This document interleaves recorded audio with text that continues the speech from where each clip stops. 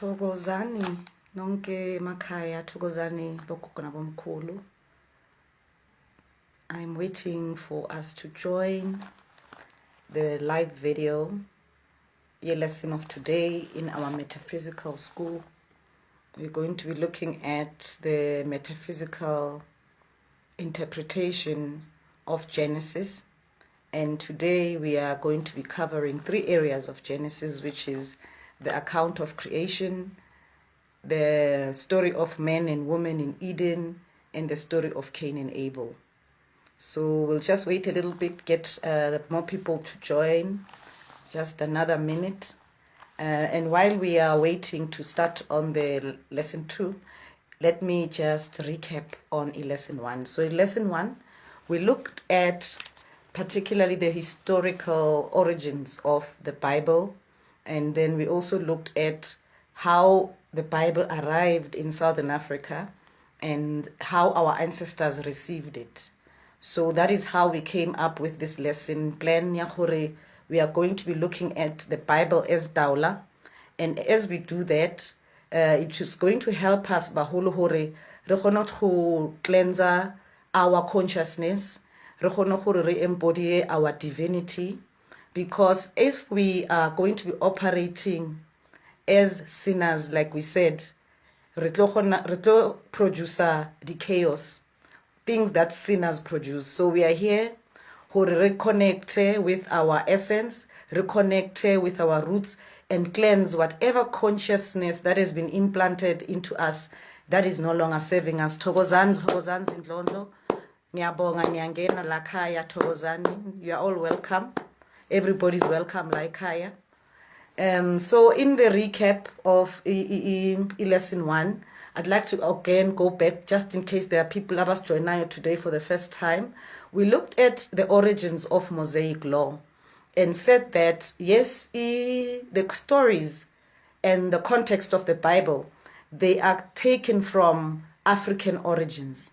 We looked at the Kemetic origins of the Bible in terms of how that knowledge system arrived in Palestine. If you remember, if you are following Kemetic history, as most of us have been following, we know that there was a time where there was a king who was in the, I think it's the 21st dynasty, Pharaoh Akhenaten.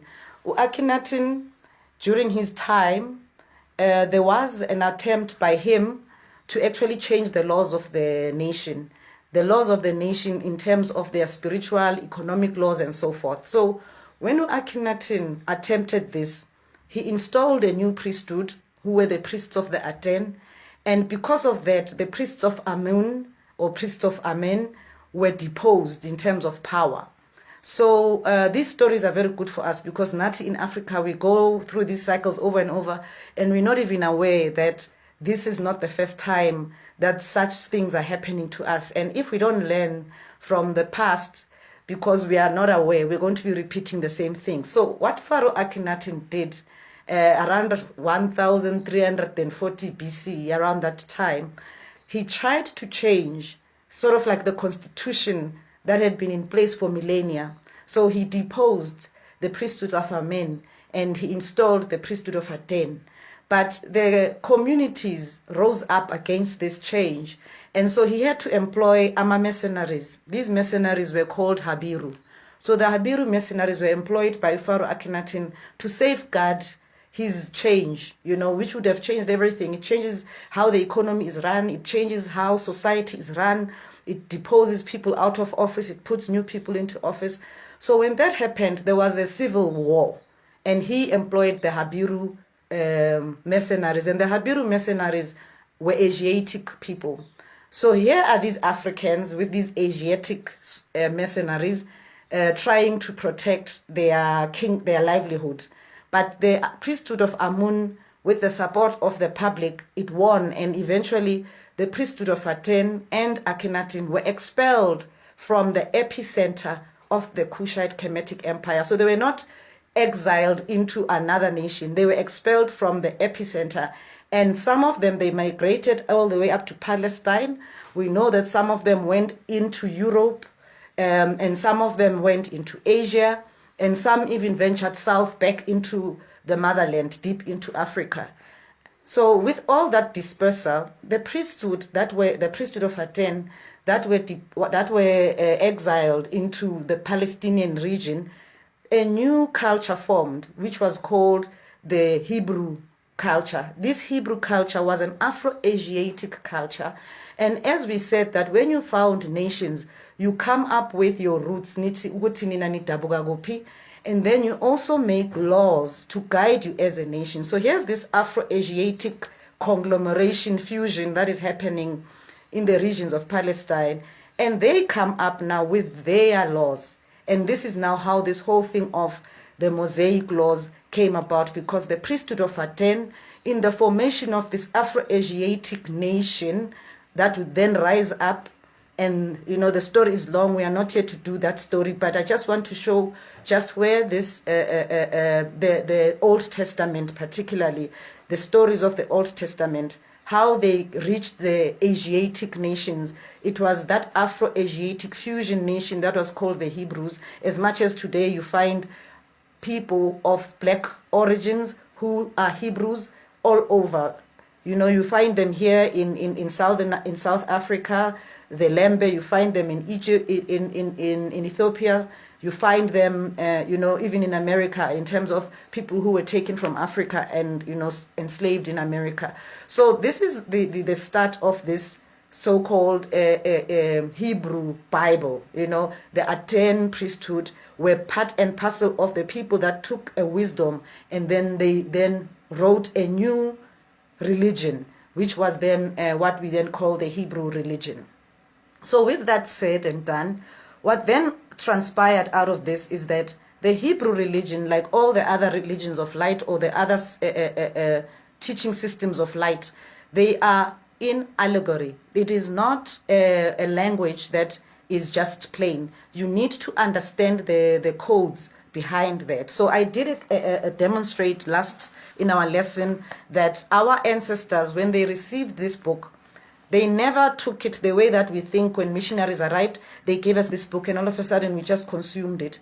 It took a lot of generations before we also became literalists of religion, because before the missionaries came, the spiritual system of light, or the enlightenment spirituality, was already part of what we did. So when we received this book, we saw it in the same light, that this is a form of enlightenment. Remember, Christianity is not a European construct. Christianity had been in place, and it was not the Christianity of Europe, the death cult Christianity. It was not that. So this book, as we know it, part of it is taken from the book of Coming Forth by Day, as did through the priesthood of the Aten. So this is what they call the Egyptian Book of the Dead. So there's a lot of that, and then they repurposed the stories to fit into their narrative. And the whole story of the exile of the priesthood of the Aten is actually the inspiration behind Exodus, the story of Exodus. So if you can, try to make yourself understand the African history, what happened in North Africa, for us to have had the great migrations and the actual Asiatic takeover of the region, because as we know, the Kushite Kemetic Empire stretched from Africa into the Mediterranean. It went all the way to Palestine, and it went into Asia as well. So that was the big empire. And we said that when the empire was collapsing, that is when the loss of knowledge came about, where we now lost all the knowledge that we had. So here we are today to reclaim that knowledge, and we're going to be looking at the account of creation as a metaphysical teaching. So in terms of the account of creation, as you know, it says in the beginning there was God, and God was hovering above the waters, and then God started to speak. And then in our lesson last week, we also touched on what is God. We said God is consciousness, God is divine mind, what they would then have called in the Kemetic Kushite system the Atum. So God is divine mind in manifestation. So Rona Kasetu, we've got our own names. Hudurwaki Ramasedi, Gutiwa Umfihlagalo, kuthiwa uqamaku. So it speaks to that same concept of consciousness, cosmic consciousness, divine consciousness. So all of us across the earth, we have different names for this consciousness, but it's the same thing. We just call it differently. We experience it differently. So they then called this consciousness Jehovah. Then they said that this consciousness is called Jehovah. Remember, these are people who were repurposing an existing spiritual system. They were not starting it from scratch.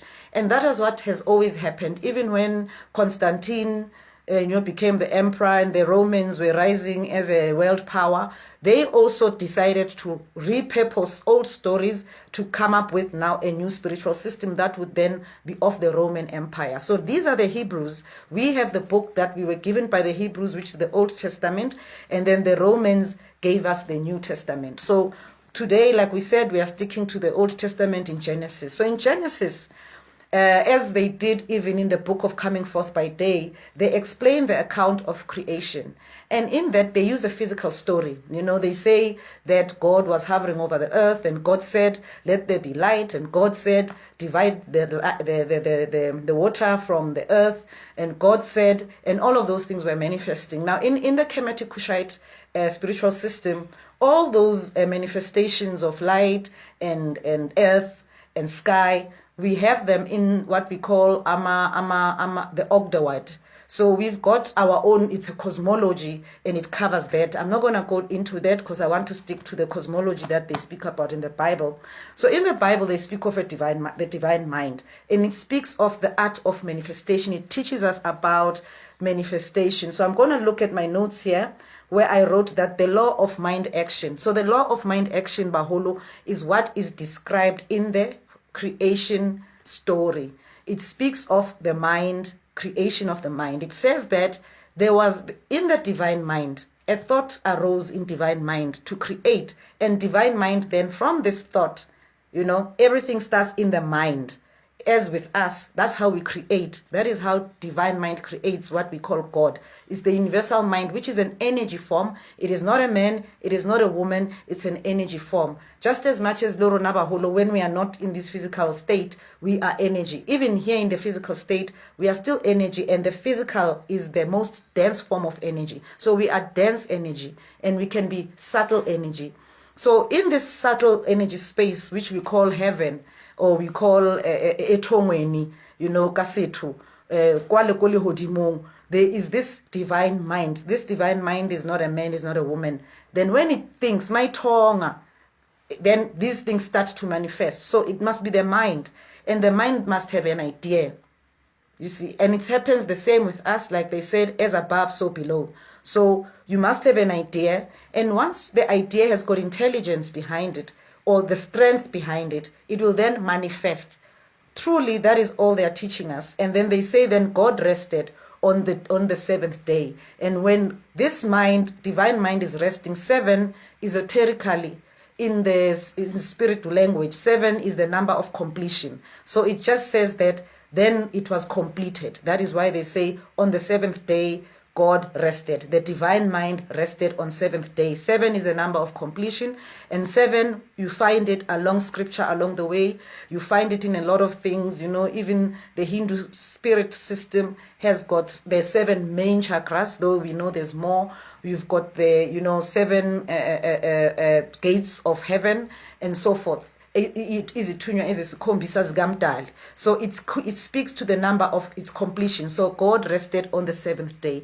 So Wahulu, like we say, the account of creation, God is divine mind. God is cosmic consciousness. This cosmic consciousness starts to have an idea. It happens even with us. When you create, you have an idea. This idea, it starts in the mind. When you have intelligence and power behind this idea, it then manifests. Now it speaks to the issue of us then saying, who are we? We say we are the creations of divine mind. We are divine. Singamatonga, which means that we can tonga things into existence. Now when you have that divine concept of yourself, we say you are embodying your divinity. However, then there is this issue of the literalists, the people that then repurpose the stories of of divine mind in order to capture other people's minds. You see, the people that did this were very smart because they understood what this thing was. They knew that if in time people cannot know what exactly is God, we give people a human image and we say that is God. And we give people laws and we say if you don't follow them, God will punish you. And we also make people feel pain because the Roman Empire, when it rose, you know, then the literal interpretation of the scriptures, it came with that of saying you need to capture the minds of people. So that what they knew that people follow a system of creation. We have a mind. In the mind, there must be ideas. Behind the ideas, there must be intelligence and there must be power. And then these ideas will manifest, you know. And also with our words, we can command manifestation. So they captured that whole essence. That is the teaching of the story of creation. It teaches us all of that. And of course, it's got layers, like we said. I'm just giving you the basic, what it is. Then you can go deeper and deeper, forms of creation, thought forms, entities, power manipulations. All of that is contained within that law of creation in terms of the mind, how the subconscious mind works, how the conscious mind works, and the injection of knowledge. So that is what it is in terms of the story of creation. From the story of creation, Baholo, we then travel. We travel to the Garden of Eden. You know, there is the Garden of Eden. Here's this man who's in the Garden of Eden and this woman. And then things start to happen in this Garden of Eden. So we need to then start to understand what is the Garden of Eden? What does it represent? Because everything starts off with us understanding Ditaola hore re tlo kena ko Garden of Eden.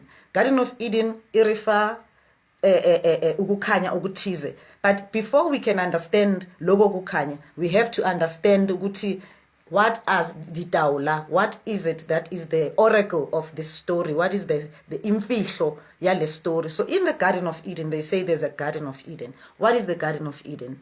The Garden of Eden, Baholo, ne? It's a state of harmonious existence.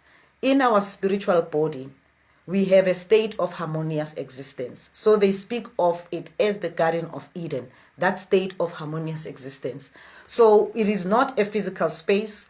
It doesn't matter how they dig and they dig, it will never be found. Nati, in terms of, as Africans, we say Africa is our Garden of Eden because, and in terms of ancient Africa, you know, our origins, because we have that concept that there was harmony there, and we look at the Garden of Eden that we call Africa because these stories started with us.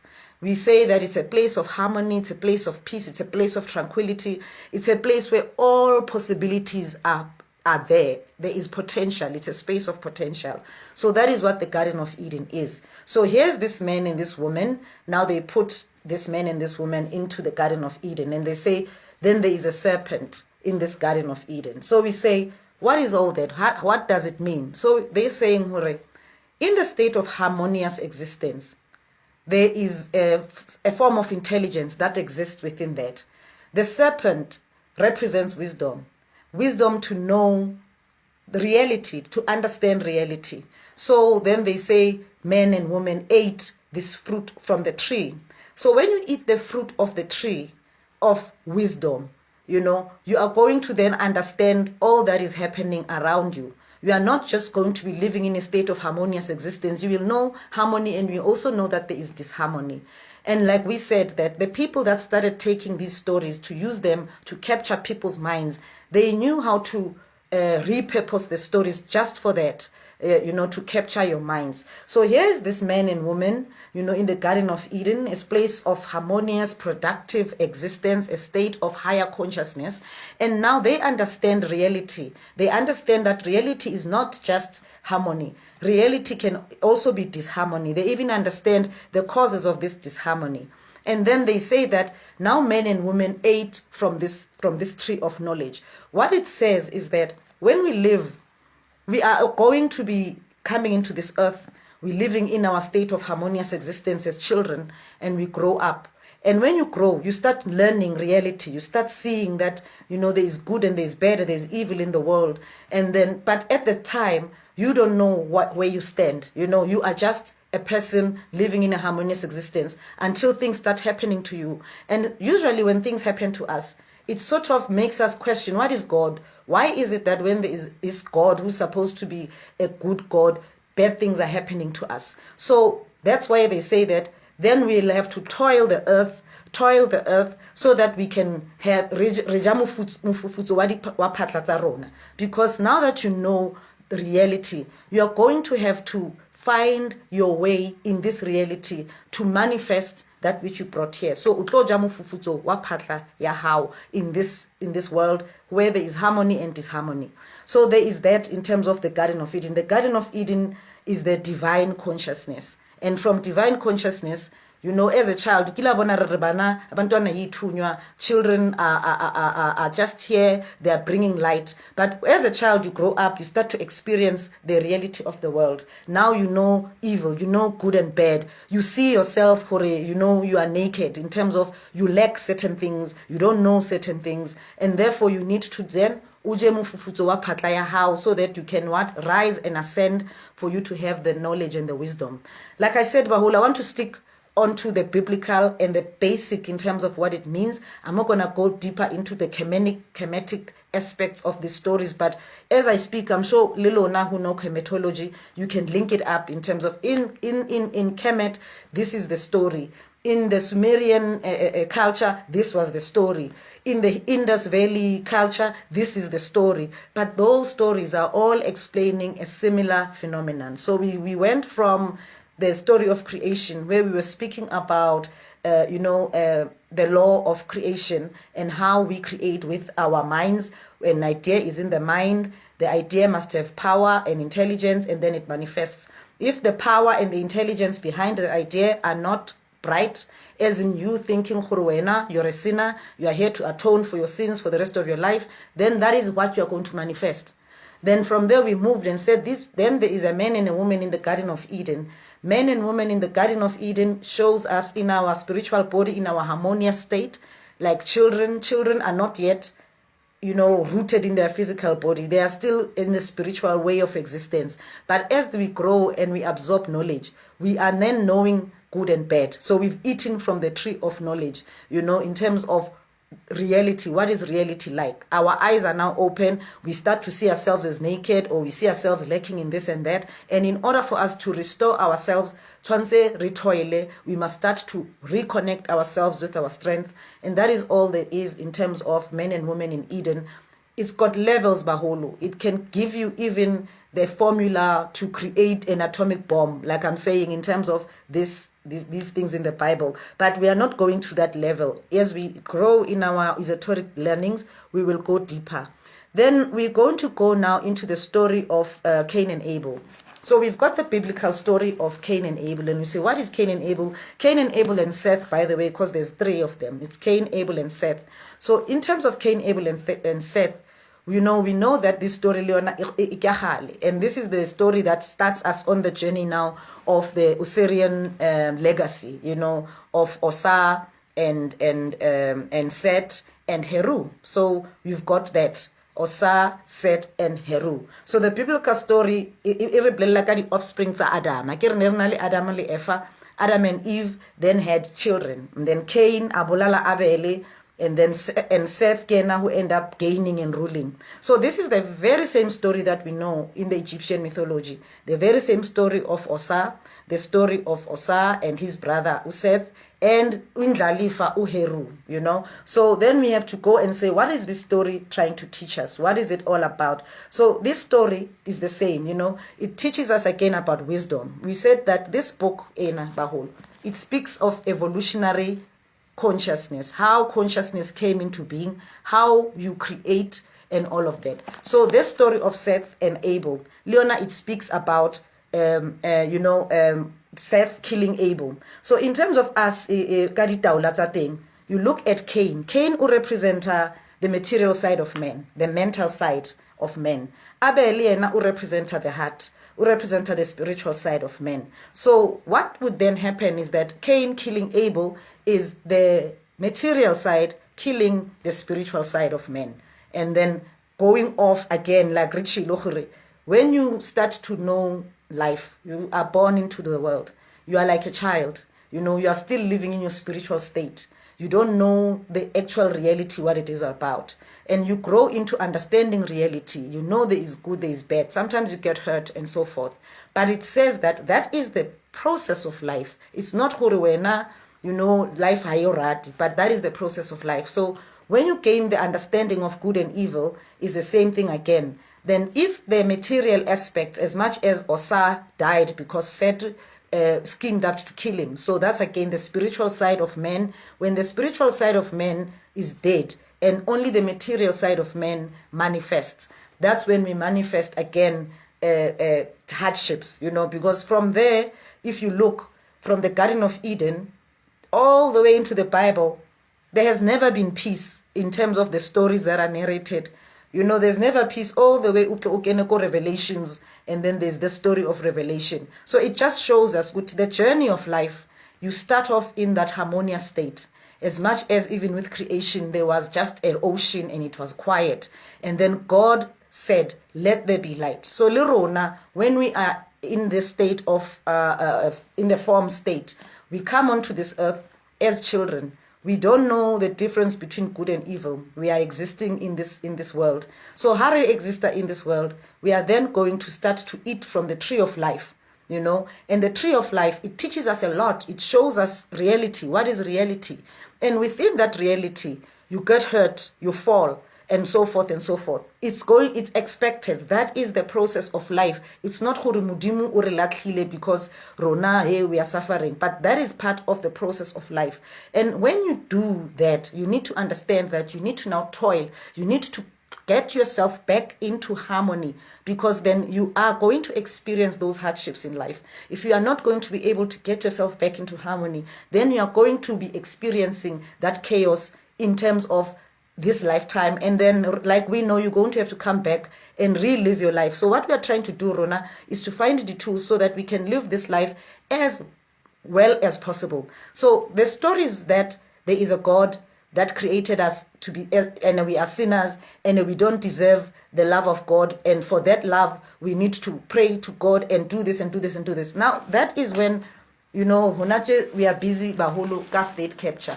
That one, Leona, gave mental capture, spiritual capture of people, because we took a metaphysical story that teaches us about a divine principle and we made it a history, and then we also made it a story that is supposed to then instill fear into people. So these stories, Baholo, were written with a certain tone. The tone in which they were written was done on purpose to capture, but the actual knowledge that they used in the story at the time, because at the time, remember when they wrote the stories, there were a lot of people who understood what these stories meant, so they couldn't use these stories to capture people.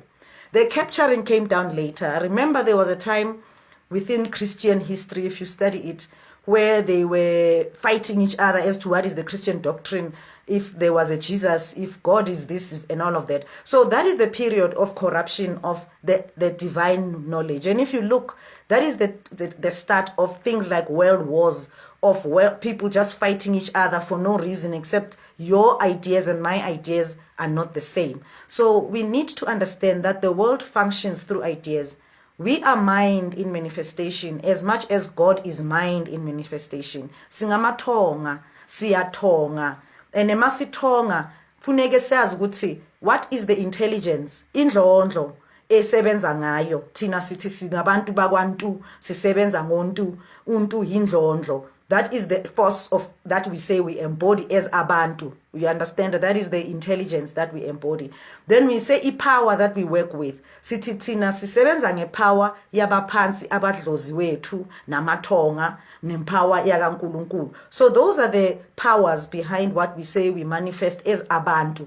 You see? So if you are into your intelligence, in terms of you have your mind, then you have an idea.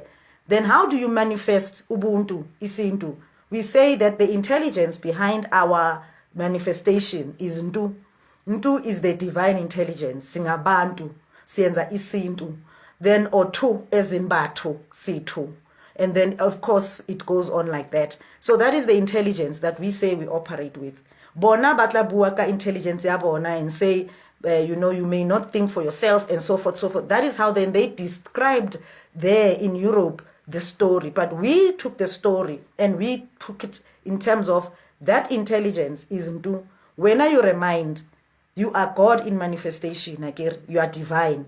And in this mind, you have ideas that come for you to manifest. That is your purpose. But what is it that you are using in terms of intelligence and power? Your intelligence, singabagantu. So ntu is that intelligence, that life force that moves from generation to generation, carrying with it the divine knowledge and the wisdom that we embody as abantu. Then we say, what power are we using to manifest? Then we say, no, there is a power of the creator, umdali, ukamaku, and we say this is how this power functions, and that power, we work with it. And then we also say kunezinyanya zethu sinamadlozi, and then we say, how does amadlozi work with us? And then we also say ukuthi kunezithunywa, kunezidalwa. You see, those are the power under which we work. So we need to also now, in terms of masi touch these things, and so that we are able to use this as Ditaola. You need to be able to read it in the language they wrote it, but understand it in your spiritual system, so that you can then get the wisdom beside it. So thina bakwantu siyizindlondlo, sisebenza source, the source of our source power. You know, it's got those elements within it, and then our intelligence siyithola kundlondlo. That's why sithanda ukuzibizana sithi ndlondlo, you know. And then entwasweni ndlondlo would then have another meaning, but it's still wisdom, but you know, complete wisdom, and they also define it in their way. But indlondlo is not just for abantu abathosayo, abantu abadala, ne? So indlondlo is thina sithi untu, sisebenza ngontu, and then from there we manifest isintu, and we've got those powers behind us. So those are the stories we've covered, you know, in terms of what happened. Where does these stories come from? We say, no, they come from here. They were taken by the priesthood that was left, and then they then formed a new nation, and this nation compiled this, what we call the Hebrew Bible or the Torah. And from the Torah, of course, Christianity arose, which is the New Testament. So now we are in the Torah today. We say, where does Torah come from? No, Torah it's from Palestine. Who wrote this? No, they took knowledge that was there in Africa. They reworked it. They put their own life experiences within it, and then they presented it to the world as a priesthood. I was speaking to somebody the other day to say, how did priesthood manage to actually be able to enforce so much power?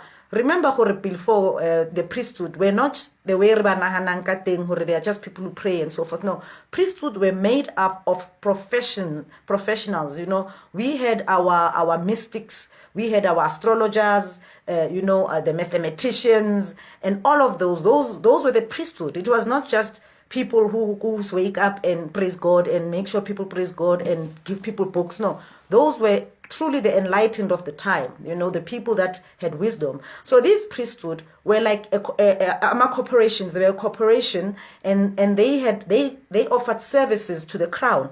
So the royal house would then have its own priesthood, and this priesthood would then be like, you know, Renale Parlamenta, and all these houses, governance houses and so forth. Those would be the priesthood, and they would be running things. They would come up with their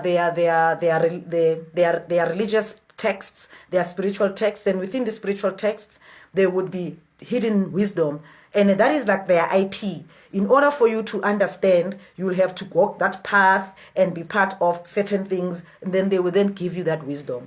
So then we had this priesthood who owned this IP, and then who were contracted by the royal houses. So this priesthood, their job, if I come into power, they would have to deify me. You know, we see this with in Ethiopia with the house of Menelik. They have their own book, and in that book they show themselves as linking up to Solomon, and from Solomon, you know, directly to God. The British monarchies and all the European monarchies, they also deified themselves, and they said, Bona, they are the line of David, and then they can trace themselves to David in that way. So these things, Baholo, it's not it was a strange phenomenon. That is how they were doing it back then. Right now, voter and the constitution, and so forth. So that is the same. It's those things that they used to use then. They never had their scriptures and then they have other laws on the sides. No. All those, the scriptures, the manuscripts, what you see written in stone, those things are the same as what they tried to capture in a book. But then this book fell into wrong hands and the people then used it for their nefarious ends.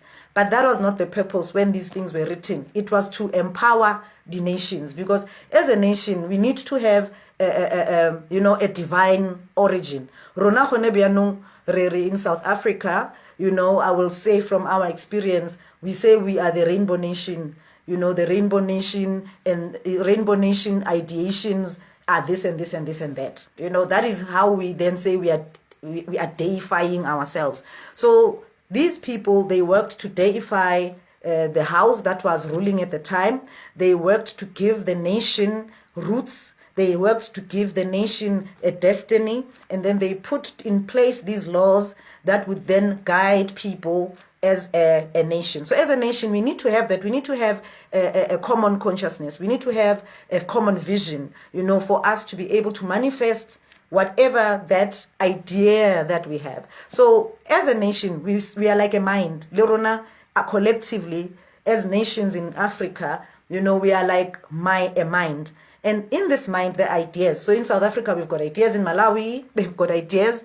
In Swatini, they've got ideas. In Angola, and all of these ideas. We need to say, what is the power and the intelligence behind these ideas? Are they going to be able to manifest greatness, prosperity, harmony? Are we going to be able to bereka and find our harmony? Or are we operating with no intelligence and an artificial power? Therefore, even if we have ideas, even if our mind can have ideas, the manifestation thereof is not going to be much. So this is where they caught us. They knew that we think, so they had to take away our thinking. They knew that we have ideas, so they had to influence our ideas.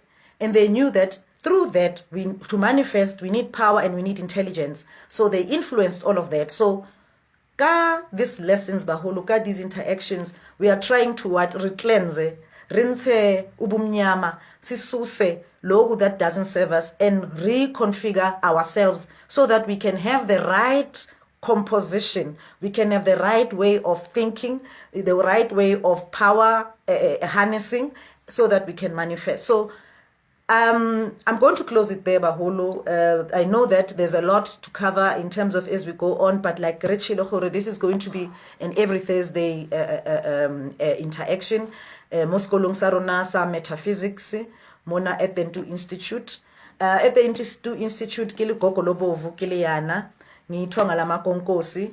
I work with a team, Bom Meshezi, I work with Mkulu Mahlasela, I work Nomakosi Zanele, and a lot of other people, Nomakosi Twala, Gunongwane. So we work as a team and to help abantu who need the help. I don't work by myself. Most people who've come to visit us, they know Hore, Nomasigu Shola. I'm always there, and I'll have Umkulu Mahlasela, who me and him we work together, and then when we do therapies, we have more people joining us. So we are happy that this school is also part of that therapy that we are offering to our people. Hore, there is a lot that we can heal. Not just our ancestors, because sometimes we dwell a lot in healing ancestors. And sikhohlwe ukuthi nathi no idlozi siyakwazi ukuthi silalaphe nethonga nalo likhona ithonga nalo funeke lilashwe. And ithonga is your consciousness bantu abadala. Our consciousness nayo funeke ilashwe. So funeke si understand ukuthi thina we are a consciousness. We exist as a divine mind within the cosmic mind. Hence we are created in the image of God. Noma uthunkulunkululu wakho umwari, noma uthunkulunkululu wakho umfihlakalo, noma uthunkulunkululu wakho uobatala. It's up to you truly baholo horo uconnecta with what. But you must just understand the principles behind it. There is no human being or human-like entity that is a God. There's no such thing. It's all about consciousness. So it's information, it's energy, and we need to fight hore retole the right sources for ourselves. So singamatonga agantu funeke si understand ukuthi sisebenza ngendlondlo enjani, funeke si understand ukuthi amathonga ethu ahamba kanjani, funeke futhi si understand ukuthi amadlozi wethu ahamba kanjani. Uyabona masise sibembe leyo nto baholo siyenza iTrinity yethu nathi sithi hey, we've got the Holy Trinity yethu, you know, re mudimu badimu limidimu ka Sesotho, re na le Holy Trinity. So we need to understand those things. Ka tseo baholo ke kopatsela le nna ke gone gore le lona le tsamaye le lo digesta ditaba tsa today.